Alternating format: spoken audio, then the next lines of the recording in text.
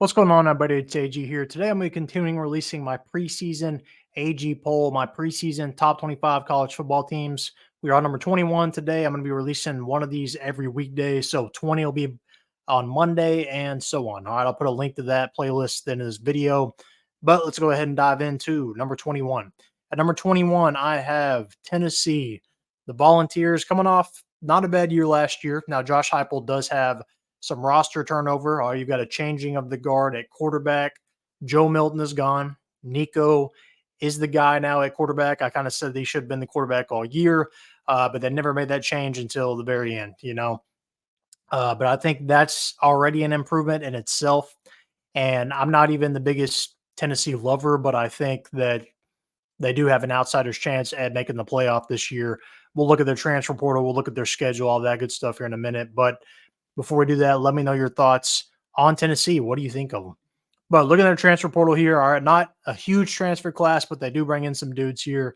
All right, in particular, got a lineman coming over from LSU. You've got a tight end coming over from Notre Dame, a corner coming over from Oregon State, a receiver from Tulane that should definitely help give Nico some weapons at tight end and receiver. Also some help on the defense, as you can see. But looking at their schedule last season, all right, so last year, like I said, not great, but not bad. Didn't really lose any bad games, minus the Florida one. That's kind of the only loss that's to a bad team, I would say. Now, they weren't near the level of competition. Like they didn't play with Georgia or Missouri. Alabama, they didn't really either, even though it's a little closer. So they're going to definitely need to improve a little bit to kind of move up the pecking order in the SEC, I would say, because, you add Oklahoma and Texas to the mix. Could they jump LSU? That's a possibility. But looking at this year's schedule, is it possible? Can they make the college football playoff? Starting off, you got a pretty difficult test there with NC State. I think NC State's going to be a team that's probably a top 15-ish team. So I think that's a good matchup. Borderline coin flip, that's going to be a good one.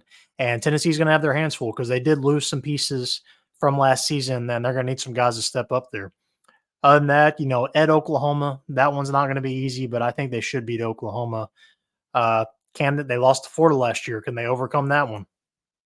Alabama, all right, Alabama has their own roster turnover, coaching turnover, so they're kind of a question mark, but I would say their roster is definitely more talented. And then Kentucky, that one's not going to be easy. At Georgia, that's the obvious one that, yeah, you got your work cut out for you there. But, I mean, realistically looking at it, you've got Georgia, Kentucky, Alabama, Florida, Oklahoma, and NC State. So that's 6 games that I think they could lose. Not saying they're going to, but the potential is there. Now, with playoff expansion, let's say you beat NC State and you only lose 2 games, and that's the Alabama and Georgia, you should still get in the college football playoff probably. Heck, you could probably even lose to NC State. If NC State was to go win the ACC, that would be probably 3 playoff losses. So that's possible. You still could get in with 3 losses, but 2 is kind of probably what you should be aiming for, or just go ahead and beat them. That's always the option. But Tennessee, I have at 21 for those reasons. All right, I think they have potential. Josh Heupel has had success, but there is a few question marks on this roster. But where would you rank Tennessee? Who would be your number 21? Let me know. Comment down below. Make sure to like this video and subscribe.